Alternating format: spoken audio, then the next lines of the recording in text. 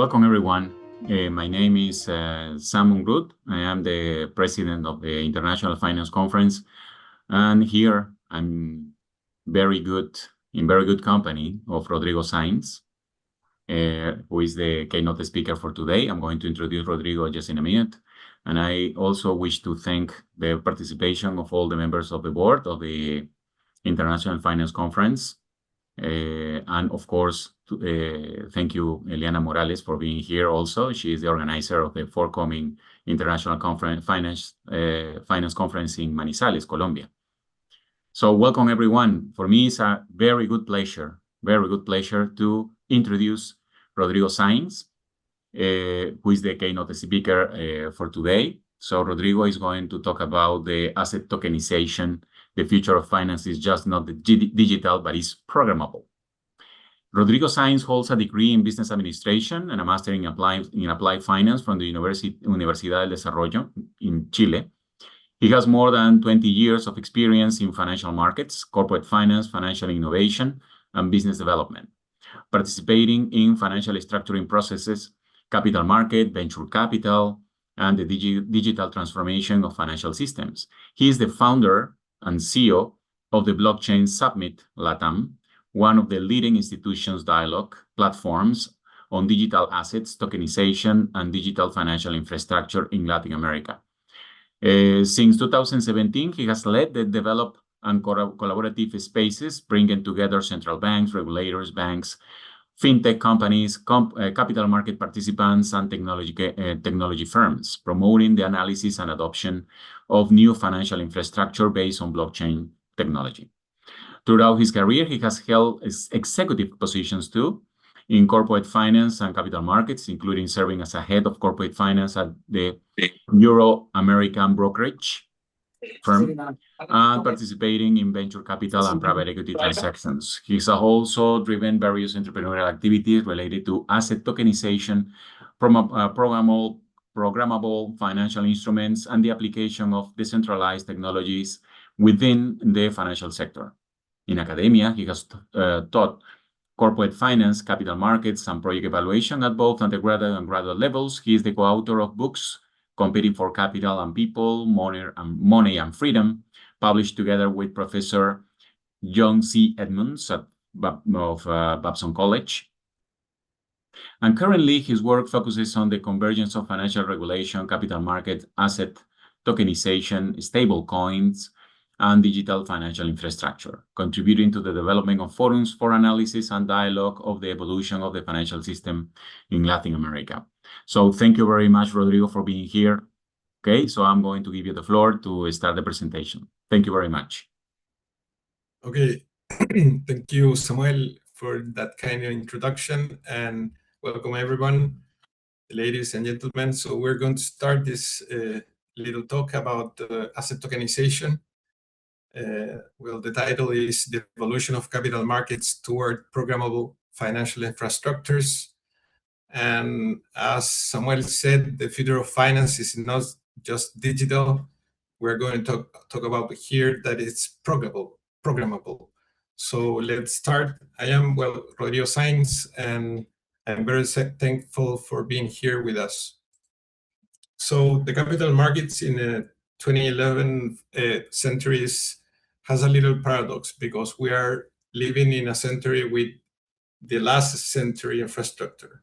So we are running on 20th century infrastructure.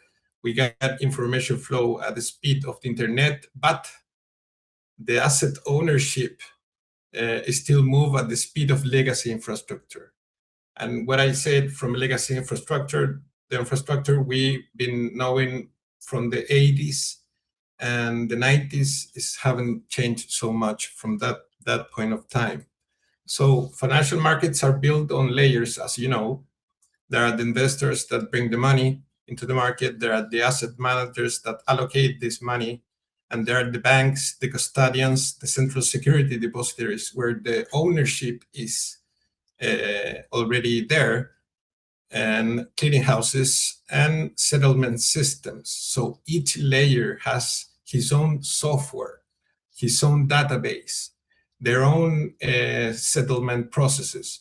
So each layer brings an infrastructure, but it's very, very expensive to coordinate all the parties in this structure. So if you want to talk about the capital markets value chain, and we want to visualize the complexity of this infrastructure, I mean the legacy one. So we're talking about the issuance process that we know it's already for public markets, the trading platforms, the clearing houses, the settlement process, that it's most of it are arranged manually in some cases, the custody, so the central depository receipts, so where they are, where the software, where the laws that are enforced, and corporate actions, I mean the information that is available to people and reporting. All of that, there are involved processes, they are not in a linear way, and there are systems that are working in each financial institutions. They are connected by internet. They are not connected by internet. They need centralized system that can settle all the process. We are not going into the details of the financial systems infrastructures, but the players that there are around it that could be in the settlement process is the relevant part. So trust is abundant, of course, but coordination is very, very expensive. So the settlement process at the end could be even in T+3 days. So how many parts of that process could be settled in just one transaction? So markets, of course, became digital, but not programmable.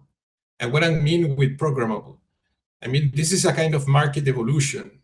And okay, we have the certificates, of course, in the 70s, and then we have electronic records. I remember it was in the middle of the 80s that was the SWIFT innovation. Of course, I don't remember, I was too young, but I remember that was in the middle of the 80s. And that was the last financial innovation that we saw in the capital markets. Move around money between banks. That is very expensive, very slow, and sometimes it doesn't work at all. So in the 20s, they start the digital platforms that we saw the introduction, like, for example, Robinhood and some other kind of players that some kind of democratize the financial assets accessibility.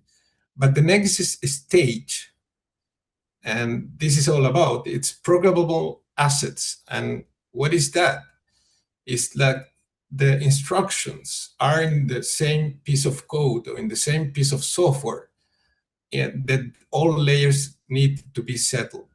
So this digitalization is transform how we share and store information. It's okay, but tokenization, I'm going to be more in details in advance, transform the fundamental nature of ownership and coordination between the parties. And what about coordination? I mean, transfer. Think about this. If you want to transfer, if you own a SpaceX share and you want to transfer to your brother, sister, or cousin, what do you want? What do you need to be implemented in order that the transfer could be settled?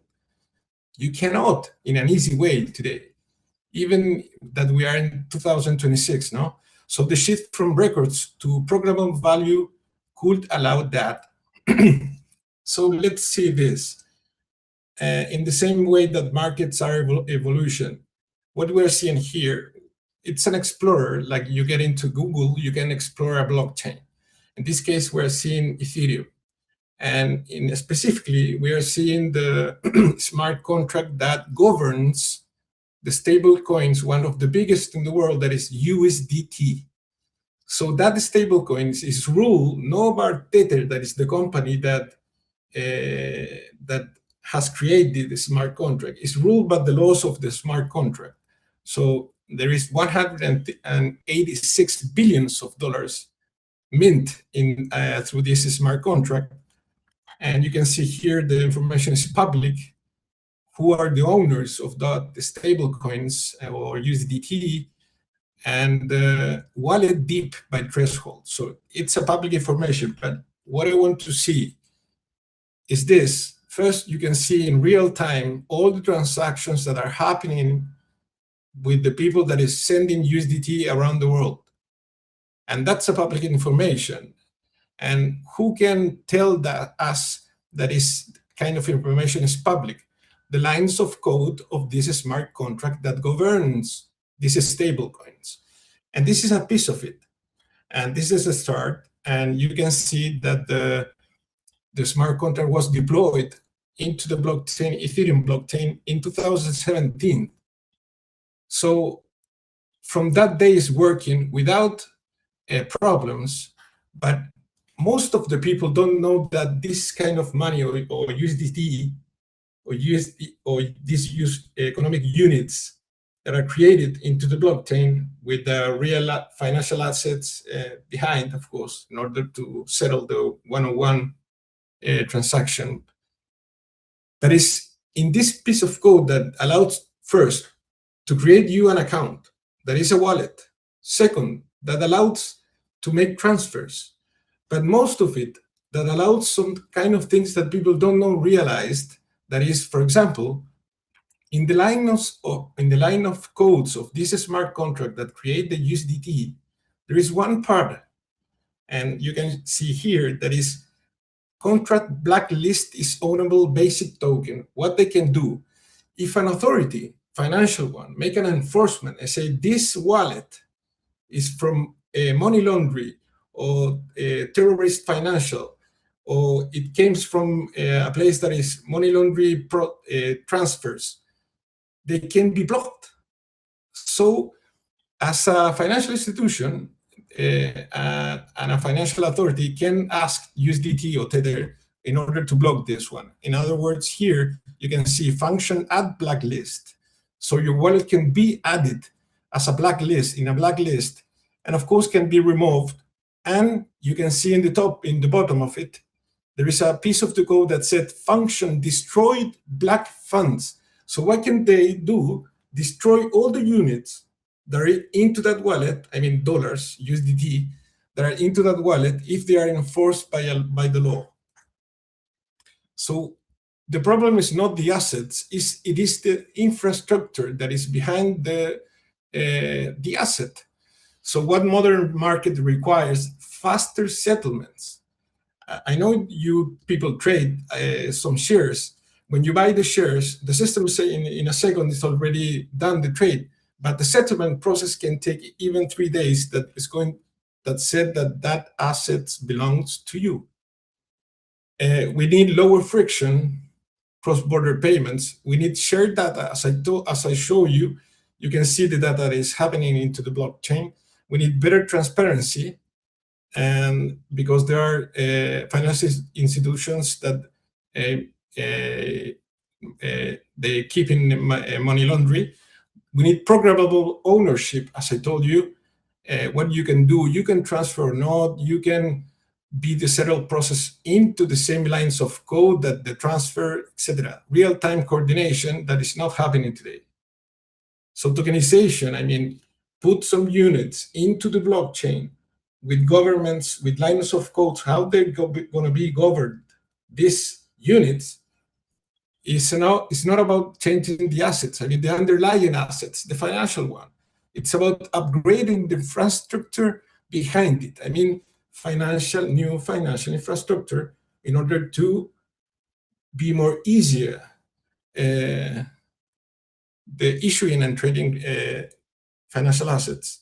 So from paper certificates as we start to programmable assets, that what kind of mean that is the same as a digitalization, but with laws that is inside the same piece of code that create those assets. I mean, the mint process is already into the codes.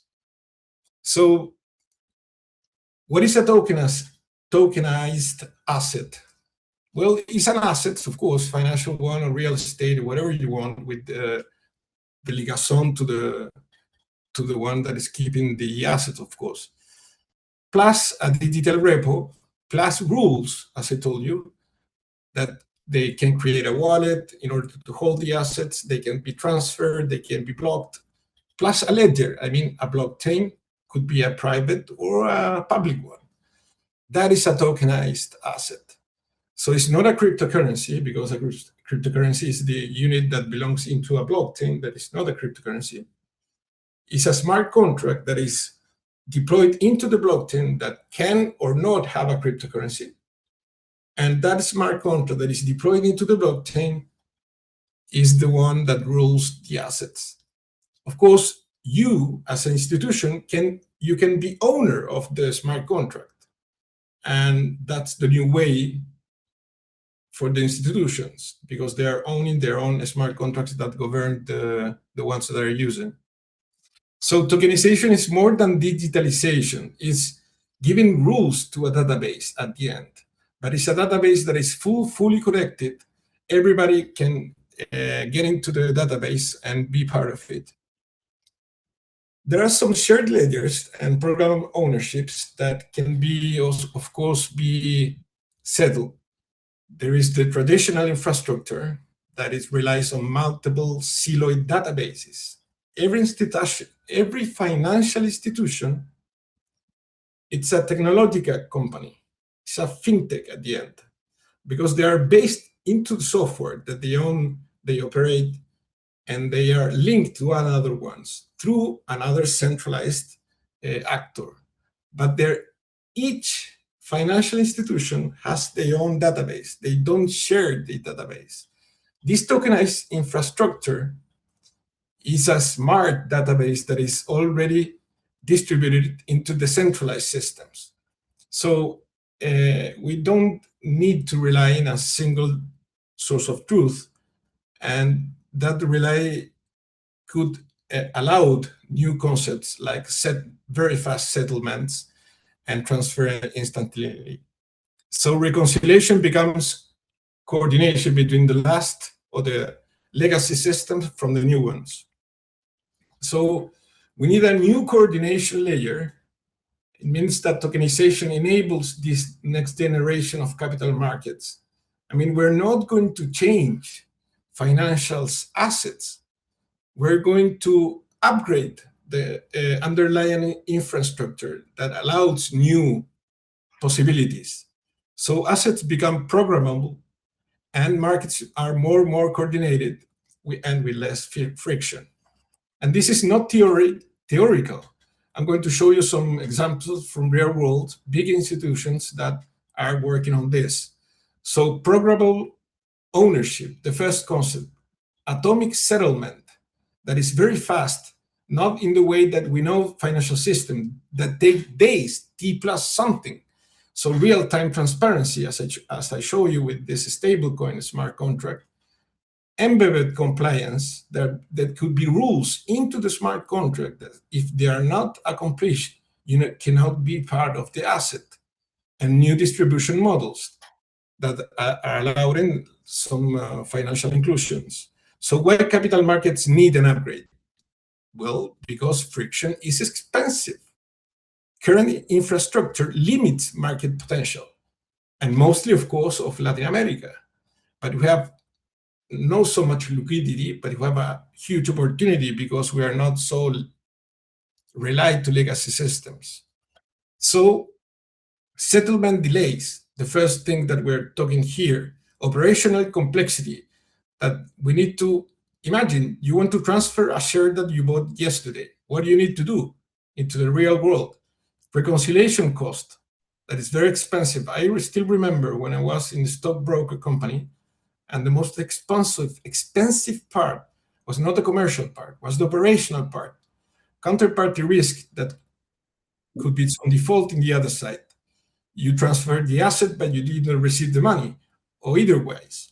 And fragmented data that sometimes could be hacked.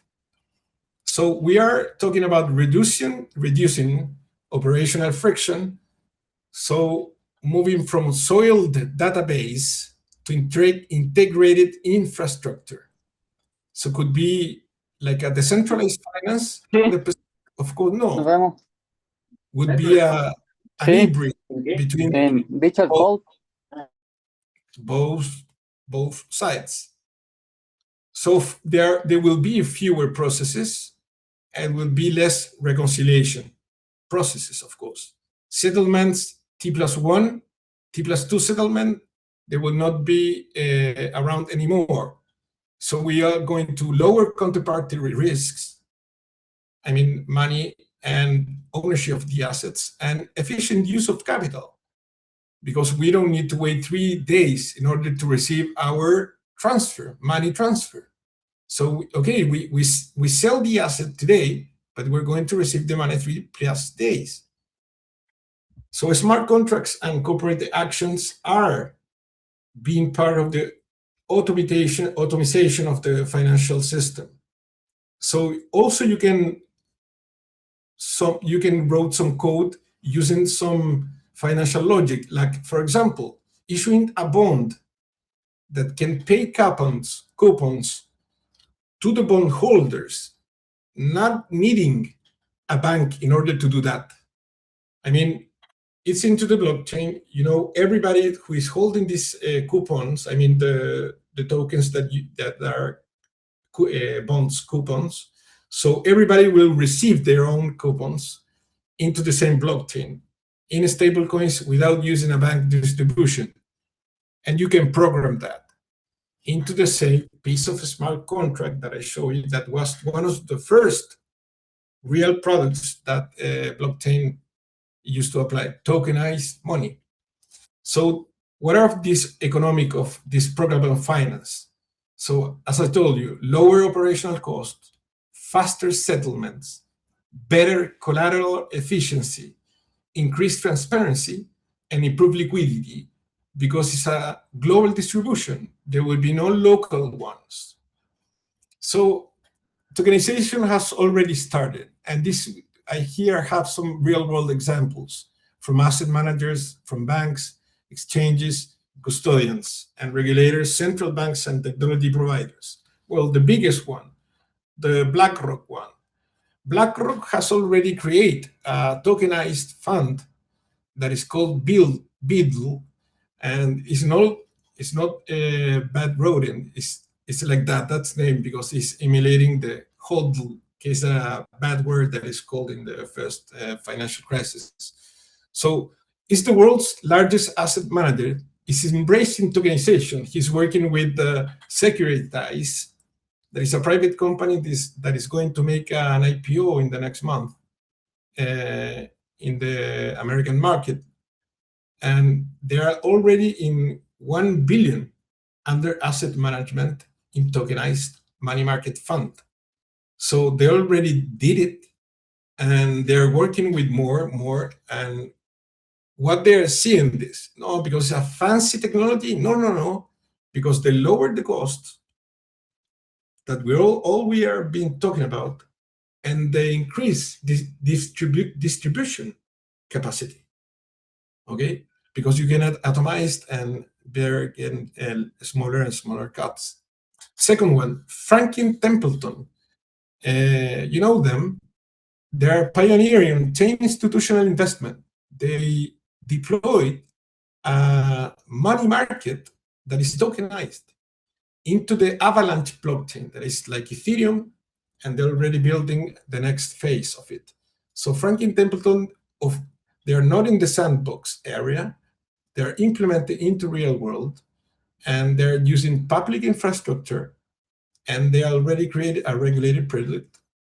And you say, but the law has changed. No, it's the same law, but the underlying technology that is working is a plus in the whole other spectrum of centralized technologies. So it's like in Chile and Colombia also, they're like talking about, no, you can do, of course, you can do that. The central depository of the financial assets can work on the actual law. Third, JP Morgan, they bought this company, Kinsys, and they're using for tokenized deposits, intraday repo, collateral mobility for some clients, and institutional payments using their own stablecoin. And JP Morgan, their CEO, at first said that this technology was very useful, but now they're embracing it in a very huge way. So they were a little bit behind, so they bought this company, and they're working in digital assets spectrum. with all these kind of systems. Of course, the post-trade infrastructure, the biggest one in the world, DTCC, they are exploring digital securities also. This is the market leader, and their post-trade infrastructure, they understood that the digital demand is evolving to meet more faster and liability and more compliance transactions. So the post-settle process, they don't need to change the law in order to use this technology. That's what I meant. So because their role into the financial system, it will not be erased, will be upgraded. That's it that we're talking about here.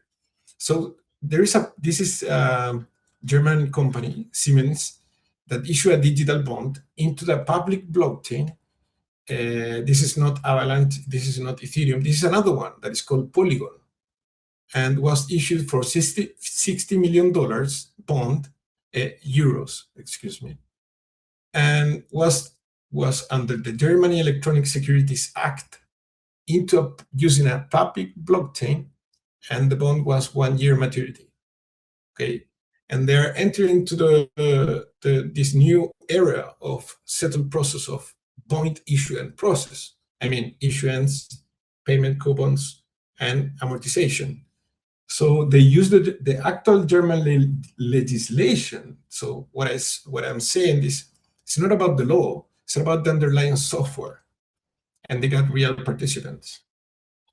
There is another case, HSBC, that is working in their own platform that is called Orion, their own blockchain platform. And all these companies that are or building their own platform or buying platform providers. There are big ones called, like, for example, one is Fireblocks. There is a North American one. And the other one is BitGo, that is going to be public in a few months or from this day. So there are being all these kind of assets. They're going to be traded. And what kind of underlying business they have? Well, they provide a blockchain infrastructure. There is another company that is called Securitize that is working with BlackRock, with the big one. And Securitize, of course, also is going to be public using a shell company that is already being traded. That is the deal that they're going to make. But again, there's going to be securities being traded in a public and most regulated market in the world, that is the American one. So Securitize is working with BlackRock and several institutions. And what is their business? They are providing infrastructure. And this is the new way. Of course, the agents, they're not going to work into the old legacy rails. They're going to work into the blockchain rails. So there's a common pattern that is not about the speculation about talking about blockchain technology. It's about infrastructure. It's not about disruption. It's about evolution. Okay, the first one, Bitcoin, that underlies is called blockchain, of course. Was against the system was created in the 2008 at the end of financial crisis again, but there is a financial technology in there, so that is being used, and it's a 2.0 one that you can build some software company into it. What is the BIS vision? What they're saying, I know this is not the actual president, but he started with the vision.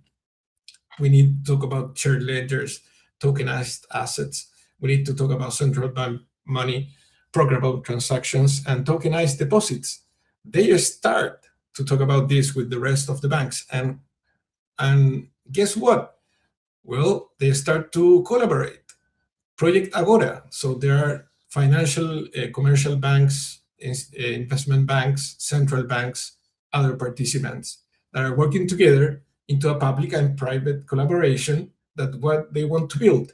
They want to build an underlying technology that could be settled into the same ledger. And that's called Project Agora. Of course, the underlying technology is blockchain. So they have their own proposal that is not 1, 2, 3 banks that are involved. You saw it. There is the Project Guardian, of course, that is led by Monetary Authority of Singapore, that is more digitalized financial system in the world. And regulation innovation, they demonstrated as the England ones with open finance at the first, but they are leading now with the decentralized finance technology. So in the last case, the Securities Europe and the distributed ledger technologies pilot regime, that this authority, European Security and Market Authority, the biggest one, of course, into the capital markets, said that should be used this technology, or suggest that could be used this technology in digital securities and markets infrastructures that holds the digital one at the end, and the trade and settlement process that is already included into the code. Remember that the smart contract group all of this, the issuance, the infrastructure behind, and the trading and settlement is into the smart contract that create the bonds, that create the shares, that is one piece of code. That's the main difference. Okay, everybody can be connected into it. So money is evolving, and digital transformation of value. As money is evolving, the rest of economic units could be evolved in the same way. I mean, shares, bonds, everything that we have in the financial system that is digitalized, even finance derivatives. Okay, derivative contracts can be deployed into the smart contract. We already built it in some way, and could be shares in a decentralized with oracles. So we have the central money bank, the commercial bank money that is already been tokenized into, as we know, it's very old, the product, money market fund. It's a tokenization but the client keep the return. In this case, the stablecoin issuer keep the return. So they're building together all these institutions that brings central banks, public institutions, regulators, commercial banks, assets managers, okay, tokenization, digital providers, infrastructure providers, technology and infrastructure providers, I mean the ones that are working with the decentralized structure. And of course, market infrastructures. We have Latam experience also. So it's not about replacing banks, it's not about eliminating regulators, it's about better coordination, greater efficiency, and core capabilities of the new infrastructure is programmability and new financial capabilities that I'm saying. It's about time and costs. So why Latin America should care about this? Because what is happening in Latin America? Limited liquidity.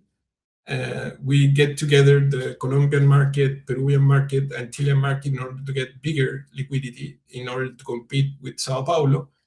So we have high intermediation cost, and we cannot transfer assets in a very easily way.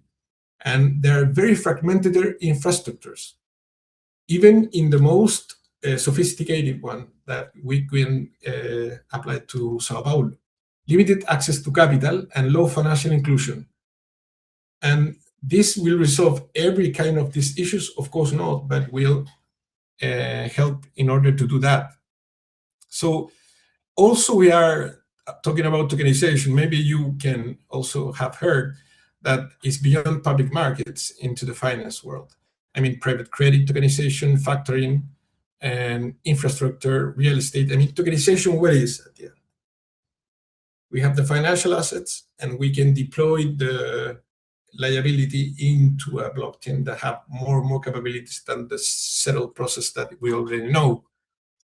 So small and medium-sized enterprises financing, I mean, crowdfunding platforms and not all that kind of stuff. Okay, trade finance, energy projects that could be tokenized and could allow financial assets to that kind of assets, to normal people and not only investment funds, okay? And carbon markets that could be tokenized. They already have the centralized registration. So we have the stable coins, that is the best kind of use that we found to this technology. Now, stablecoins ways, tokenization about money. I mean, money tokenization. So we can talk about money tokenization was the first product. Now, the rest of the financial assets. We have a slow cross-border payments, very expensive. Everybody of you have received a SWIFT transfer. You need to ask if it's already there. It's already there. Yeah, it arrives. Okay, wait a minute.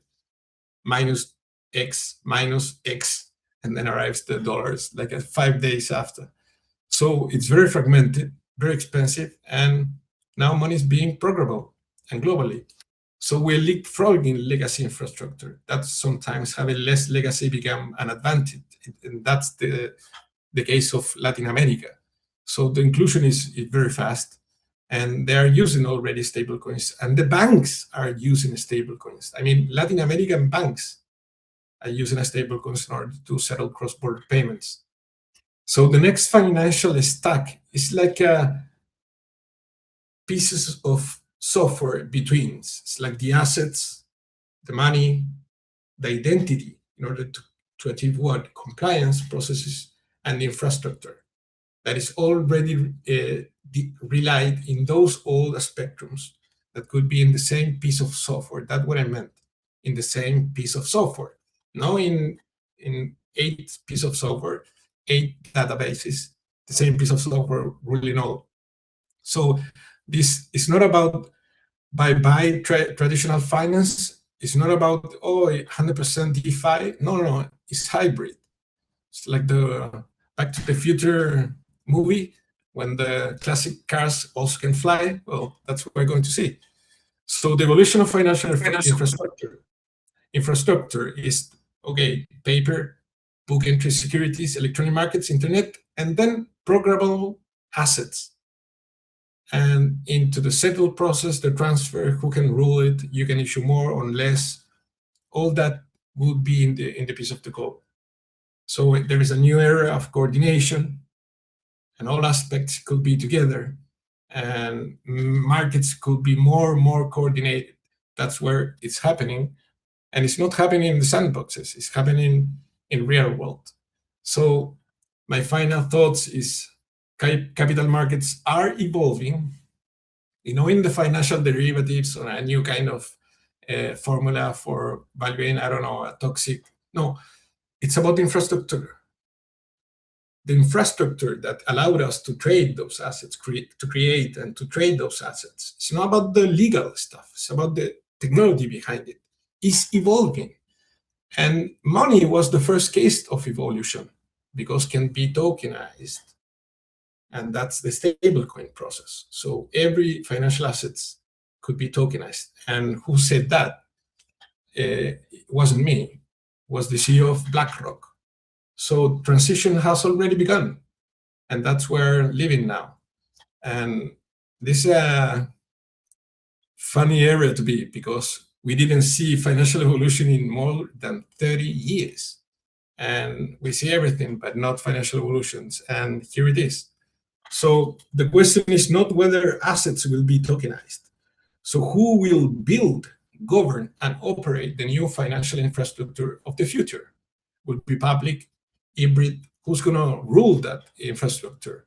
So they're competing, and that's the rules of the market. We're not competing for capital. We're competing in order to the assets could be deployed in your blockchain. So thank you very much, and it's been a pleasure to be here. Now, if you want to make some questions, we'll be happy to answer them. Thank you, Rodrigo. Thank you very much for your awakening talk, actually, because definitely it's very important to realize that there is an ongoing process of evolution, not only for money, but for the tokenization of every single asset, such as the non-fungible tokens, like, for instance, that you can right now even sell paints or art using tokens. So it's wonderful. It's really wonderful. Of course, I have some questions in the chat. So I'm not thinking that we are going to have the time to answer all of them, but maybe I will will give you one question that I think is quite interesting. The question says this following. I mean, does the tokenization, okay, or stable coins, do you think that stable coins will introduce new contagion channels that regulators in the region maybe are not equipped to monitor? Do you think that maybe there are maybe ways to think about how we can avoid this sort of contagion that could happen? For instance, the stable coins. Stable coins, you know, they promise peg 1-to-1, let's say. But we have seen in the past that it happened with Terra, US Terra, that it depegged from the 1-to-1, causing a lot of losses. So what do you think about this sort of contagion and volatility that may occur in emerging markets? Okay, thank you for the question. Well, that was the first question that United States government said. Okay, who's going to say that there is this one pair of equivalent? So in order to have the equivalent financial assets that are treasury bonds, gold, and all that liquidity, AAA stuff, United States said, okay, if you want to issue a stable coin, if you want to mint a USDT in order to be approved here at the States, all your financial assets must be here at the States. So if you want to have 1 billion of USD, you need to have the 1 billion of treasury bonds here at the States in a commercial or a financial bank that is holding those assets. And they said, okay, let's do that. Because all these financial assets that are backing the stablecoins, they are not registered in the United States or Europe.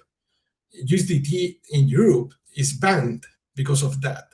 So USDT is the first one, but it's not the more institutional one. The most in North American institutional stablecoin is USDC, that is mint by Circle, that is a public company. It's already traded in the stock markets and has the assets that are backing those stablecoins into the United States.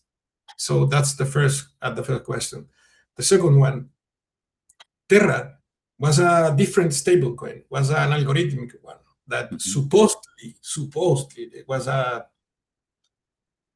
piece of garbage. Supposedly make some kind of swaps using a differential of more supply or less supplies in order to match the demand of the stablecoin. But at the end was a pure error. And when they start to fail, I still remember was 2019, like September, some kind of things. I don't know if the exact month, but I wake up and I say, there is some noise, Twitter. In that day, at the end, was 80% loss, and the next day, 100%, 99% loss. And contagion is about that. Who's going to rule the smart contract? Who's behind it? Okay, you can see the lines of code, but at the end, who is behind it? So the smart contract that is the issuing process of the bond, of the stable coin. It's a private company, it's a bank, it's a depository receipt one. Which kind of the financial institutions are? And I think that could be, as in the same case of the financial system, is like locked in different containers in order to not get the centrifugal physically way of touching one point and get the full collapse. I think they will operate in the same way. We are seeing this, the first most famous product using this technology, that is stablecoins. There are some failures, but now we're going to see tokenization of financial assets that is backed by BlackRock using this company technology, but it's backed BlackRock with using the same laws that still exist in order to protect financial consumers. Great. So thank you very much, Rodrigo. We don't have time for more questions. Anyway, we can forward them to you later. So thank you very much. Thank you very much for your presentation. Right now, I'm going to give the floor to Carlos, because Carlos is going to actually remind us what is coming. So, Carlos? Yeah, hello, thank you. Yeah, hello, Samuel. Thank you very much for this presentation, and also to Professor Rodrigo Sainz. No? Thank you for your presentation, this excellent presentation about the asset tokenization. Very interesting topic for this International Finance Conference, which will take place in the beautiful city of Manizales in Colombia in September the 23rd to the 26th. There is still time to submit the articles, results of theses, or posters. You can submit these documents until the mid of July, 15th of July, actually. And we look forward to seeing all of you in Manizales, a beautiful city in Colombia. And all the information is available here in this QR code, which is now in the screen. It will be a pleasure to share with you all your results of investigation with your colleagues. We will see you in Manizales this September. Thank you, Samuel. Thank you, Professor Rodrigo. Thank you. Thank you very much. Thank you very much Thank for you, Carlos. your invitation. Bye-bye. So anyway, so we wait for you all to share with us the event. By the way, the first link, the first QR that you see on the left-hand side is the link of the event. In the website, you can find everything what is related to the conference, even the hotel's information. And in the right-hand side, you see the QR for the submitting your article. So you will be prompted to the call for papers part of the webpage, and then a button that says submit your article. If you have any questions or something, so just write us an email, and we can solve you, help you to submit your piece of research. So at the end, so I would like to thank you, Professor Rodrigo, again for coming here, and I will leave you with the next and forthcoming venue that we are going to have for Manizales for the next conference. Okay, so I'm going to just share the information here. Great. And let's see.